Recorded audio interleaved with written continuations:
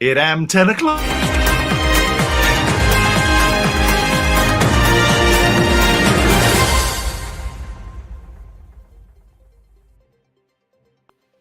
Welcome to the EV Café News, your 30-minute summary of what's happening this week in zero-emission transport with expert analysis from the EV Café crew. And today we are blessed to have, from top to bottom or bottom top, Paul Kirby.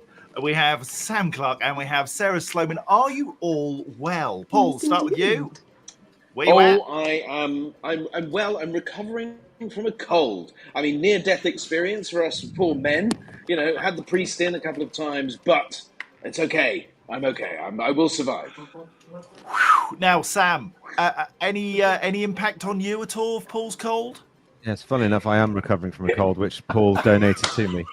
Yeah, the last time I had a cold was Paul donating it to me. So he is indeed a virus that I need to avoid, I think. Wow. And I think the rumours will abound. Anyway, let's move on. And Sarah, are you well? He's a generous fellow, isn't he, Paul, giving out all these jams for us and then leaving us with them. Yes, thank you. I'm recovering too, but recovered, I think, is fair enough. Just rode 10 miles on my electric bike. I hear the sounds of a cold with you as well. This is suboptimal, my friends. Let us know how you are in the comments, you lovely people. Got to give a quick shout out to Scott Eady at 9:32, but we'll do the shout outs properly in a minute, because coming up, we've got Ford axing 800 jobs in the UK due to weak EV demand, they say. Crunch talks were also held between the UK government and car makers, but there are no plans to change the ZEV mandate targets. The AA chooses right charge to power electric vans at home and on the road. And the REA has launched their annual report and showcases that the renewable energy sector accounts for 143,000 jobs in the UK, and it's growing exponentially. And finally, there's been a call for a simpler, and we use that term in inverted commas, vehicle excise duty based on the car weight and mileage. We'll pull that to pieces later. But first, we're spending another brilliant week on the road next week as we pitch the EV Café Village at the London EV Show at the XL on Tuesday, Wednesday and Thursday. It's free to enter, so just go to the londonevshow.com. That's londonevshow.com. And we hope to see you there for chat, connections and hugs. Are you coming? Now, hit us up in the comments and let us know which day you'll be there. Paul, you and I are manning the stands. You looking forward to it? I am. I tell you what I'm particularly excited about is the vast plethora of speakers. A really good bunch of people that have a lot of knowledge, a lot of wisdom, a lot of insight that they can bring from doing stuff over the last few years. We've got Stuart Murphy, head of fleet for the Royal Mail, the sustainable element of it. Ollie Crawn, similar. You know, these guys have been at it for some time and are tackling big problems. Lorna's going to be there. We've got a lot of government representation. And of course, we've got the wonderful EV Cafe and people from the from Vital EV, from the AA, from, brain work. What's the other one? I thought you were doing rather well. It's very impressive. I was doing well. Interestingly. But Paul, we'll also be... Maxus, of course, we'll be taking the stage, Paul and I, on both Tuesday and Wednesday, where we'll be talking about commercial vehicles, community, and collaboration. It's all really, really important stuff to us. So if you get the chance, come along to the London EV Show, and you might even be very welcome for a hug, and definitely you'd be welcome to come and sit in the audience and listen to Paul. Have a guess, he's going to talk a lot about vans. And John talking about community and collaboration. But my cold will have gone. I won't be giving it to anybody else. I've given it to You'll have a new one by then. People. So, a new one, yeah. Right, anyway, let's get cracking. Moving on. I'm going to stitch two related stories together. So this is going to sound like it's a lot, but it's not, because both these stories are relevant and linked. Ford is cutting 800 jobs in the UK over the next 3 years as part of a major restructuring, with 4,000 roles being lost across Europe. The manufacturer says that the changes are needed to create a more cost-competitive structure and ensure the long-term sustainability and growth of the business. It's blamed the health of Ford's passenger vehicle business in Europe, where the company has incurred significant losses classes in recent years, and where the industry's shift to electrified vehicles and new competition has been highly disruptive. Due to the weak economic situation and lower than expected demand for EVs, Ford is further adjusting the production program for the new Explorer and Capri. And in a connected story, the government has ruled out that weakening electric vehicle production targets for car and van makers are a real problem, and that the Department for Transport has introduced a zero-emission vehicle mandate, as we know, requiring more than a fifth, 22% of cars and 10% of vans sold by manufacturers to be electric this year. The mandate becomes tougher each year ahead of a complete ban on the sale of new diesel and petrol cars, expected to be from 2030 instead of the 2035 end date introduced by the last government. Transport Secretary Louise Haigh said that she will look at flexibilities, but insisted that the mandate will not be weakened. There has been a downturn in demand on a global level, so we're absolutely in listening mode, she said. We want to discuss how the current situation is affecting them, and we are not diluting our ambition. Sam, I'm going to start with you. It's tough, isn't it? The marketplace is tough for electric vehicles at the moment. Government are in listening mode, which is good, but nothing really is changing. There's tension, isn't there, in the industry? Yeah, I'm trying to get my head around that statement. Transport Secretary Louise Haigh said that she will look at flexibilities, but insisted the mandate will not be weakened. Isn't that a bit of an oxymoronic statement? Because if you're going to create flexibilities, that must mean more weakening of the mandate, particularly, or maybe it doesn't. But either way, what it does do is create more ambiguity. So we need more structure that says this is what we're doing and we're sticking to it, in my humble opinion, as opposed to sort of flexibilities. Is, I don't like the word. It just makes it feel like, well, we're going to bend the rules a bit, you know, as opposed to sticking steadfast to a particular agenda. And as far as Ford's concerned, you know, there's so many factors, and you highlighted some of them that might affect them. But you know, if a company is asking, saying the customer wants one thing and we're going to sell something else, I think that's a bit odd, don't you? You know, they constantly say that customers want smaller vehicles and they keep producing SUVs. So, well, you know, they've also got unimaginable targets for their Lightning 150, F-150, sorry, which they were never going to hit. So they've teed themselves up for a fall by having overambitious targets and by selling the wrong thing. And now they're scratching their head going, hang on, this isn't working. So for me, it seems, you know, there's some fairly obvious things in there that they probably ought to try and sort out. I love the fact that as soon as you started speaking, 5 words in, Paul went, no. Paul, you have a different view.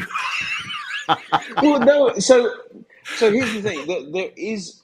I mean, I agree with Sam on the we need clarity piece. That is critical. We need clarity. We need definite things. But the reality is that the ZEV mandate already has flexibilities built in. So Louise Haigh would have been better to say, we already have a degree of flexibility built in through to 2027, which all the manufacturers are aware of and can take advantage of.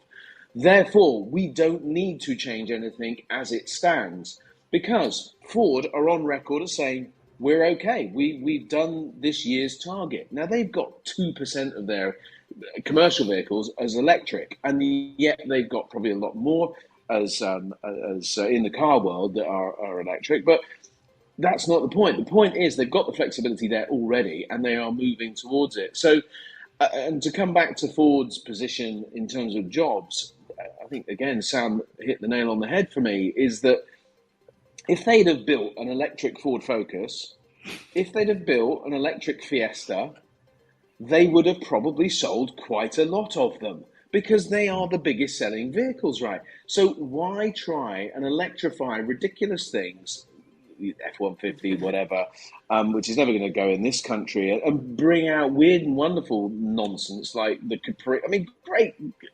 vehicles, right, in their original formats, but time to just do the obvious and electrify something simple and sell it. The Cougar and the Puma, they sell really well. Just take out the bloody 2.5 litre petrol engine and just leave a battery in it and sell it. It'll do all right. You heard it here from Paul Kirby. Sarah, you're out and about in the field all day, every day, and it will be really, really easy for us to get down and a bit negative about this whole thing. What is the temperature of the industry at the moment at ground level? When you're talking to operators, when you're talking to fleet managers, are they saying EVs are dying on their backside, and this is just a bubble that government and the manufacturers live in, and actually in the real world, people are still buying them, people are still running them, and all is going well? Well, number one, I am loving the intel that you guys have already brought to this subject matter. That's why I tune into the news, because I learn too. But what I think is really interesting, I think it was Ben McDonald, and please forgive me, Ben, if it wasn't you, was saying that a lot of the cars coming out are as big as the old ones anyways, and that whole we need more small car thing makes no mathematical sense. And I shared some statistics about how big my Tesla is compared to some of these smaller cars. It's completely insane. But I wonder if that job cut thing is actually a bit of streamlining. You go to things like Cenex, you see a lot of the Ford being displayed and you can test drive them. Me and Darren Aminer had way too much fun for a Tuesday afternoon driving around the track, terrifying the salesperson.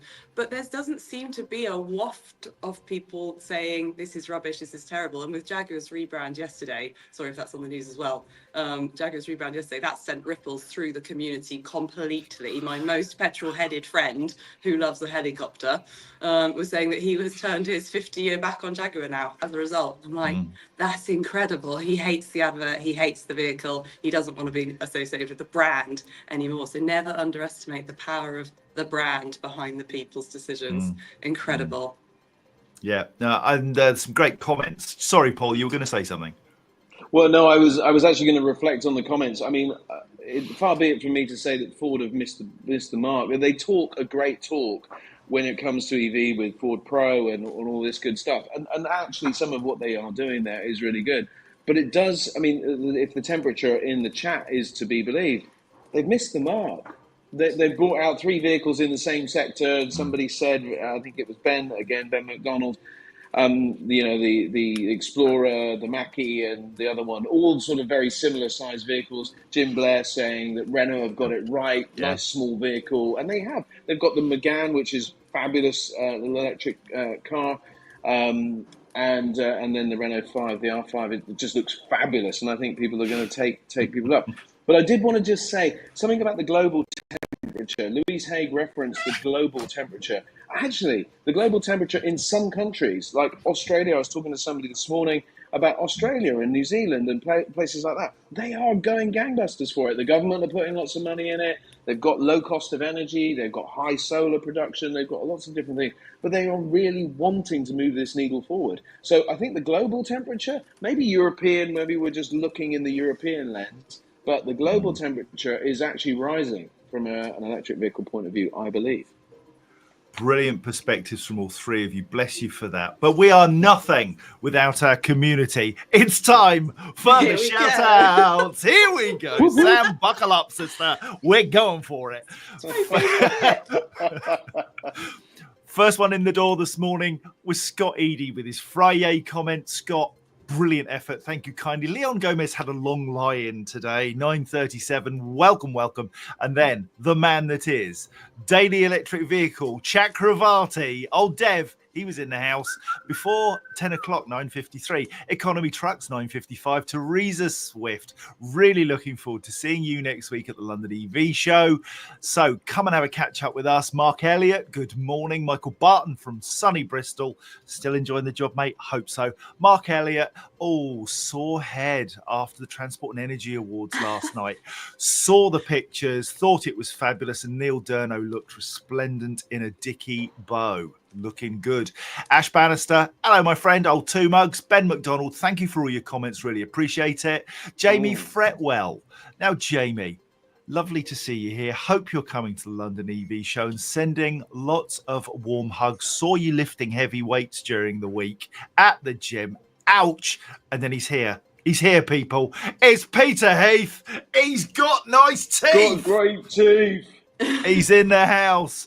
Tom Middleditch from Europe Car. Hello, my friend. We're due a catch up very, very soon.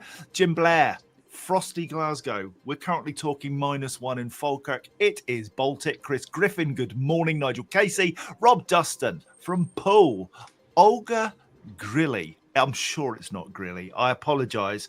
Might be Gree, might be Griley, might be anything. Who knows? Olga, tell us how to say your name because names matter. Gareth Cooper, good morning to you, sir. Who else we got? I think Nigel Casey. Hello. Now then, Sarah Sloman, whatever that is. Blah, blah, blah, blah, blah. We will say that is a full house. Listen, thank you ever so much. We are nothing without community. We are nothing without you.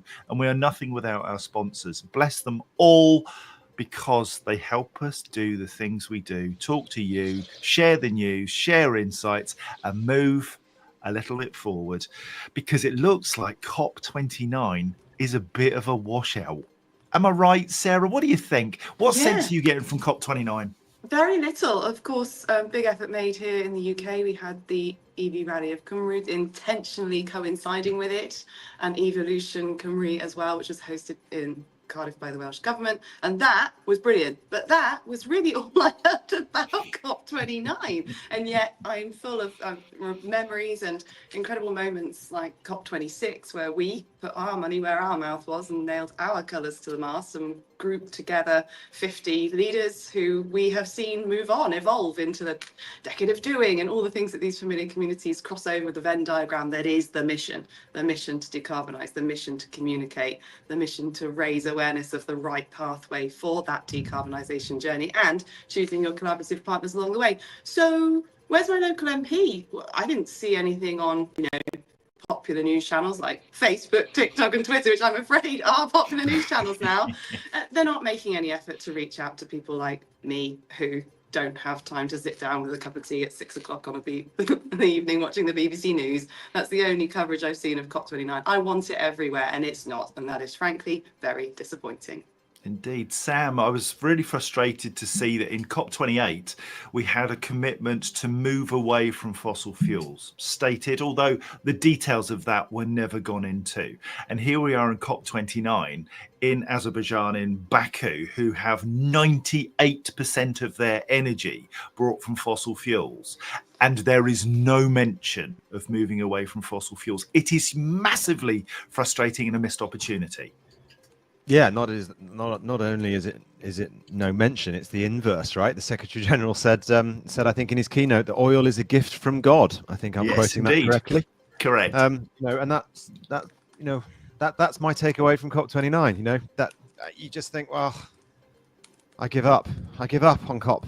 It's if that's what you're going to state in your opening speech, then I'm out. Then I'll go focus on something else because that's just not the right way to go, is it?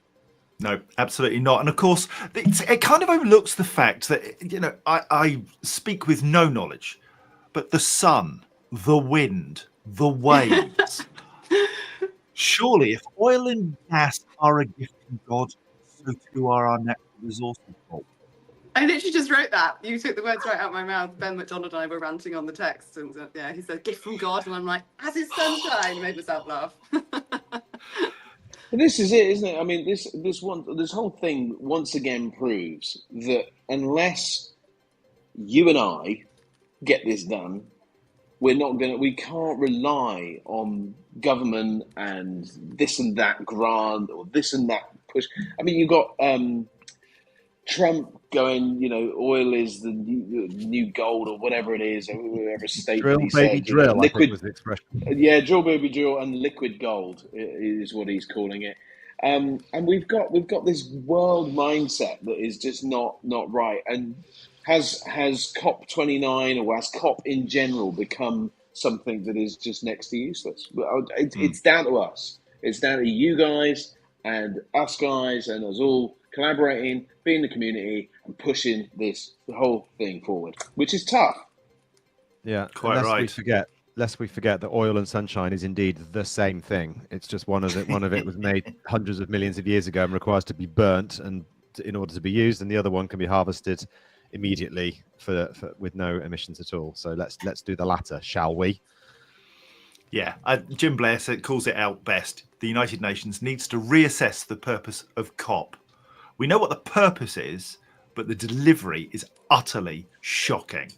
Anyway, let's move on. The AA has selected Right Charge for home charging reimbursement and its public charge card provider to keep its electric vans powered whilst on the road. Right Charge card allows drivers to pay with company funds at 38 public charging networks. Drivers will also receive a monthly credit to their energy bill to cover the cost of charging their work vehicle at home. The AA is committed to reducing its carbon footprint and achieving net zero operational emissions by 2035. It says the deal will enable its roadside assistance teams to remain mobile and efficient whilst embracing environmentally friendly practices.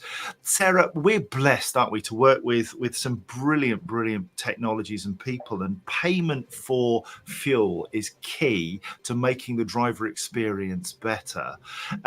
Right Charge in this marketplace, All-Star, similarly, we heard from them on Wednesday, making the driver experience easy, whether it's charging at home, charging publicly, is key to getting satisfaction for those who've made the switch and a desire to make the switch to electric vehicles in those who've yet to do so.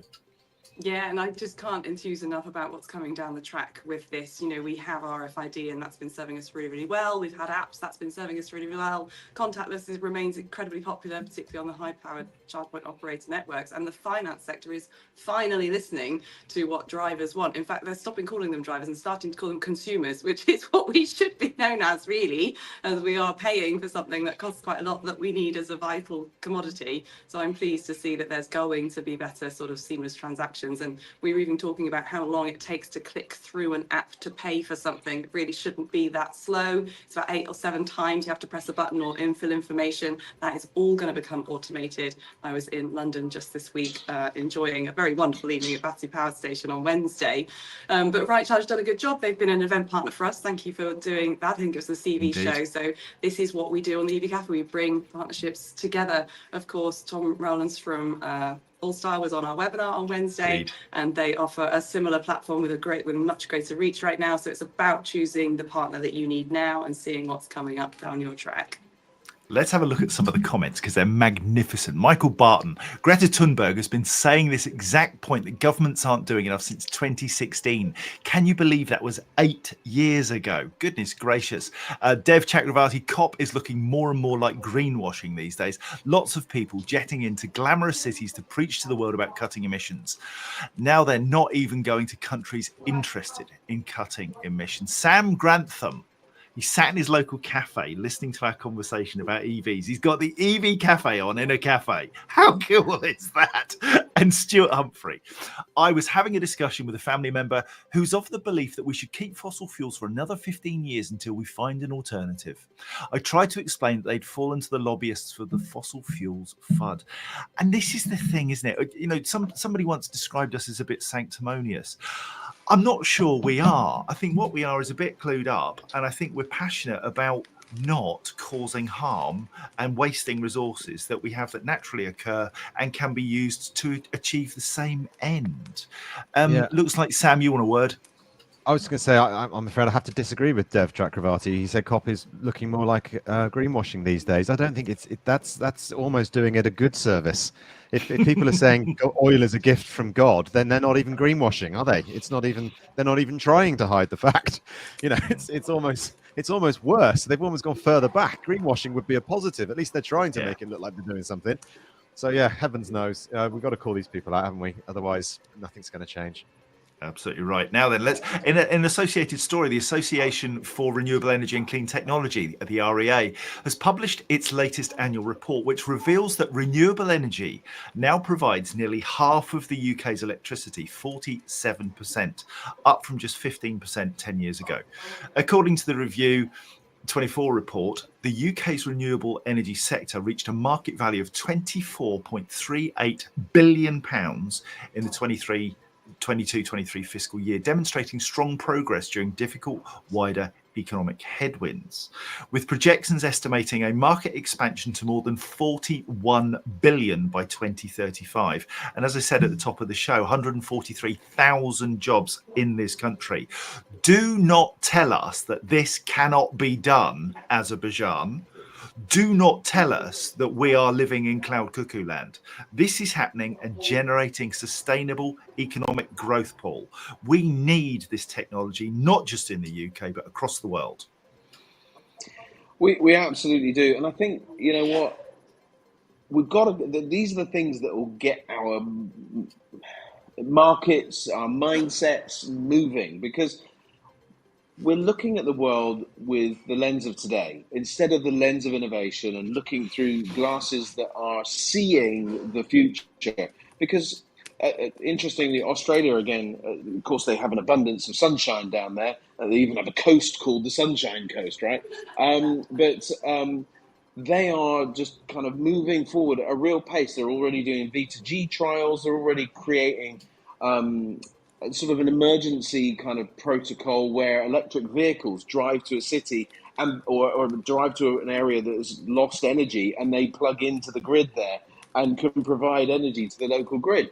And all of these sorts of things, this global economy that is really focusing in on the renewables and all the different things that are coming to market are the things that will make the difference for the future and give the humble person, like in Australia, where everything now is so much cheaper because the abundance of all of this stuff, they're able to go, actually, this makes perfect sense. Let's just crack on and do it, rather than having to have a fight for every inch of beach that we recover. Yeah. Indeed. Now, the Ben McDonald points out that COP30 is in Brazil, and I'm already writing the headlines about it being nuts. Anyway, let's move. I knew you were going to say that. I'm so predictable; it's untrue. But thank you for that, Ben. I'm so glad he went for that. But anyway, there we go. Oh yeah, could have been terrible.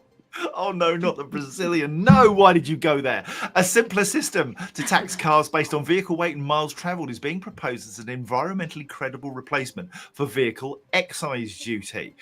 From April 2025, EVs will lose their VED exemption and will attract the new lowest first-year tax rate, which currently stands at 10%. Once an EV hits its second year, owners will be required to pay the standard VED, which is currently 190 quid, and is expected to increase with inflation from April 2025.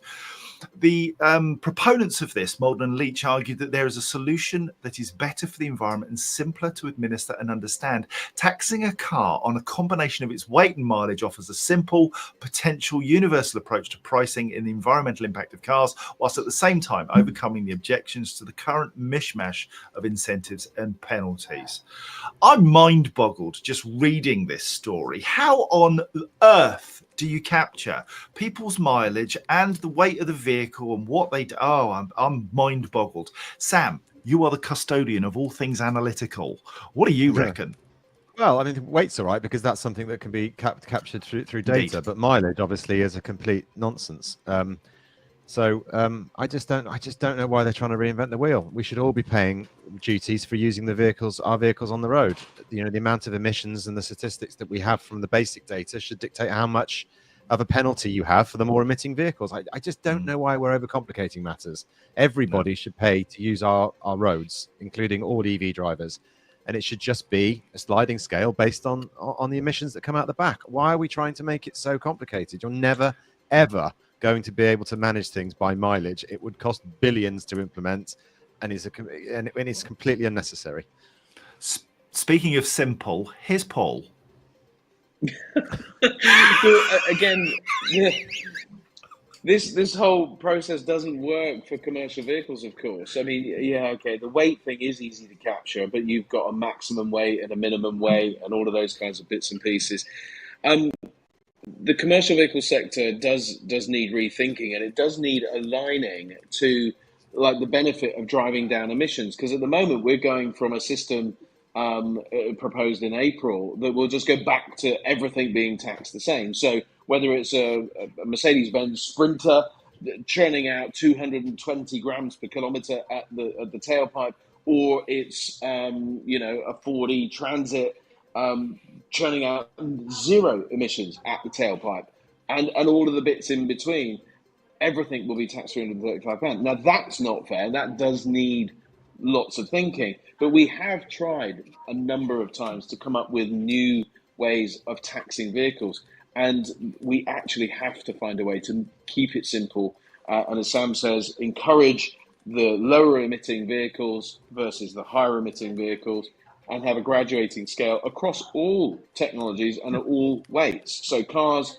vans, trucks, there should be some benefit, because once it gets to trucks get really expensive from a road tax point of view, rightly so, because of the weight. But what is the incentive? If it's all just the same, well, I'm not going to save any money, so there's no point. But it's actually more beneficial. So I think simple, but focus on vans and trucks as well, because that's a heavy driver of revenue for the HMRC.